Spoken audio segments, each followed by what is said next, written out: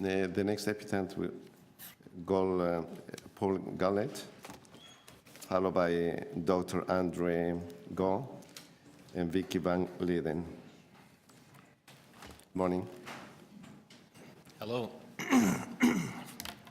Thank you very much. I am Paul Raymond Goulet. I'm the founder and director of Little Ray's Nature Centers and originally Little Ray's Reptile Zoo. I also sit on the board of directors with CASA, and I am on the executive with CASA. First and foremost, I do want to thank the committee for the effort being put forth here on this legislation. I do think that it is needed, and we need to have better control with respect to the types of programming that's happening in the City of Toronto. So I thank you very much for the efforts being put in on this. Mike Zimmerman, I have to say that I completely agree with his concerns with respect to the need for provincial legislation. I thought he spoke very well to that. I feel this is a first step that can help with some of the issues that the city has been faced with, but I also feel that it's important that Toronto maybe helps to push the lead at the Ontario level. As an accredited zoo organization such as Little Ray's Nature Center, Little Ray's Reptile Zoo certainly agrees with the need for this legislation. I don't know anyone who cares more about animals than we do. We are the largest exotic animal rescue in Canada. We spent countless hours and literally hundreds of thousands of dollars caring for and relocating animals from within Canada, outside of Canada. I do certainly very much support the idea behind the legislation that's being put forth, but I would question that parts of this legislation has not gone far enough, and I truly hope that people consider what I'm about to say. If the reasoning for this is a welfare issue in educational programs, why would we be saying it's okay for one animal and not another? For instance, does a penguin or a flamingo deserve more protection than the rabbit, the one councillor was speaking of, or a parrot, in this case, if we are talking about a welfare issue. The city needs to consider licensing for companies doing educational programs across the board with any live animal, and CASA should be a serious consideration as a minimum standard, as well as the OSPCA being involved with regular inspections. And I feel that would apply to whether or not they're prohibited animals or non-prohibited animals. I feel that all animals should be considered as a welfare issue. If this is a public safety issue, accredited facilities, including ourselves, have very specific policies and protocols for use of animals in education programs.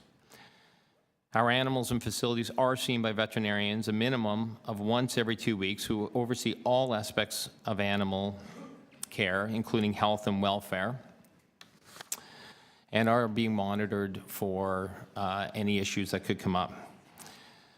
We 100% need licensing, and the city has to be part of this licensing. I 100% believe that. I think the City of Toronto needs to take a role. There's other municipalities in the country that require CASA accreditation as a minimum standard for the use of any animal in educational programming. But we still apply for a license to do that programming. And I think this is important, and this is where the City of Toronto has lost control over some aspect of what's currently being allowed in the city. By prohibiting companies with standards, a code of ethics, who do have oversight and regulations, we are opening the doors to more unlicensed facilities. Councillor Burnside brought up the issue with respect to the underground industry that happens. It is happening. It's been happening for years. It's going to continue to happen. This legislation is going to have no control on that. What this will control is Little Ray's Reptile Zoo will abide by the decision that's made by the City of Toronto. We will respect the decision. We will not bring prohibited animals into the city as of January 1st if this legislation goes through as it is. We will do educational programs, and they will be effective educational programs. But there is a need for some prohibited animals. Whatever those animals are, whatever the list that the city decides, there is a need for those animals. There's a demand there. And if that demand is not being filled by facilities that are accredited, that are inspected by the OSPCA, that do work with these organizations, that do have a set of standards, this will create a greater demand for some of these backyard and basement organizations that are offering these programs with no oversight, and that is my concern, Councillor Burnside. The OSPCA, if you were to talk to them by their own admission, would say some of these basement operations are very tough to regulate. As for the value of animals used in educational programs, I know I've heard this numerous times, that many of our detractors suggest that there is no empirical evidence suggesting that children benefit from interactive educational programs with live animals. My question is, our entire educational system in our country, in museums, in our classrooms, science centers, have all been moving towards hands-on interactive learning. We recognize that hands-on experiential learning and interactive programming has the greatest effect and impact on our children, their education, and their retention. This is not a theory. This is fact. So am I now to believe that this philosophy for engaging and empowering our children applies for all aspects of learning except for live animals? It doesn't make sense. I appreciate that some people do not like the idea of animals being in captivity, but to say that there is no value in interactive experiential educational programming with animals, Counselor, the snake in the back of your classroom, just because that animal did not meet the standards set by Canada's accredited zoos and aquariums does not mean that that animal was not well cared for. It does not mean that it did not have... Please wrap up. I will. Thank you. Questions to the deputant? If nothing else, may I... Vice Chair Karigiannis, please go ahead. Thank you. Sir, you were starting to say something. I'm going to let you... I was just going to say, further to actually the comments by Councillor De Beermaker and Mike Zimmermans, if nothing else, if this is the first step to better legislation across all of Ontario, I think that is an excellent first step to seeing better legislation in our province with respect to the control of exotic animals. Thank you. I got a question for you. I sort of look at the guidance document for management of animals in child care centers 2016 and all the names that, were behind this report, and some of these names are, but they're saying, let's not have any animals in classrooms. Let's not have an interaction of animals with children. Now, as a parent of 5 kids, and as a father of 5 daughters that are all teachers, I sort of look at it and shake my head. Now, you can say you're wrong or you're right, but a child to have an interaction with an animal is extremely important. And I'm just wondering if you think yes or no or whatever else, is it important for the development of a child at any age to have some sort of an engagement with a sheep, a goat, a chicken? How valuable is that? I think on a scale of 1 to 10, I think it's a 12. My son's kindergarten class has 2 goldfish. They have a hermit crab, and those kids care for those animals. It teaches them responsibility. It teaches them respect for all animals. And it doesn't matter if it's a goldfish.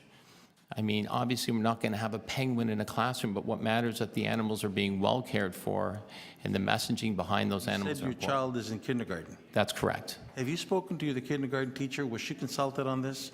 Was the school principal, did the teachers, did the teacher come up to you knowing that you're in this and you're coming to make a presentation today? Did she come up and talk to you? In fairness, my home is not Toronto. I do business in Toronto, but my home is in Ottawa. Okay. But I certainly would like to hope that teachers have been consulted on this legislation and the impact on them not being able to offer this type of programming in their classroom. Would you be surprised if I was to let you know that my teacher is a union steward at one of the schools, and she didn't know anything about this? My other daughters did not know anything about this. Would you be surprised that consultation did not happen to the kindergarten teachers? She's a union steward. She looks after another 30 students, and she talked to the union. Would you be surprised that? I would be surprised and would think it would be irresponsible to consider changing legislation that would affect the education system in classrooms without consulting teachers. Do you think that it might be a fair access to say that we need to go back to the drawing board, talk to the teachers and find out and work with them so that we can have a coherent process, not only in Toronto but right across Ontario, how we handle the animals in the class? Because when you go to some classes in northern areas, they might have, the schools might have a chicken or a goat in the back or whatever. I mean, they could have, they could not, if you're in a rural area. Are you aware of any schools that might have a goat or sheep or chickens or? Oh, there's tons of classrooms that have live animals on their school property and in their classrooms to help reinforce some of the educational messages and values being taught. If we were to go down this thinking, those animals will be gone. Correct. So if somebody is close to those animals and the kid is a child with special needs, how would that child be affected? I mean, I know you're not an expert, but I mean, how would your kid, if he was special needs, and all of a sudden the whatever is in the classroom was to be? Children with special needs, we do boatload of work with children with special needs in particular. I think it's something that we take a great deal of pride in. And some of the stuff we have working with children with autism, working with children with ADD, and the results we have, helping them focus with animals in the classroom Can you is describe huge. what will happen to a child that has special needs, an autistic child or ADD, that is attached to one of those animals? If that animal was to be taken away from them, how would they react? I mean, have you had any experiences? Have you seen any children, how they take to it or they don't take to it, or if they flip out, or, I mean, I'm sorry for using those words. Oh, but well, absolutely. If a child with autism in particular is attached to an animal, I mean, taking that animal away from them is absolutely detrimental. I would like to comment that I believe every single Toronto District Catholic School Board has educational programming with exotic animals, whether prohibited or not, in their classrooms in the city of Toronto on a semi-annual basis. Going down this road, it will be unfair to our children, unfair to our education, and unfair to the children with special needs, and certainly not having spoken to the teachers individually, that would be a detriment to what a decision that we make here today. I think if nothing else, if there would be one major error, it would be not consulting the teachers, the school boards, and the people putting the curriculum together on this legislation. Thank you. Any other questions? Thank you, Mr. Goulet. Thank you for your presentation. Thank you.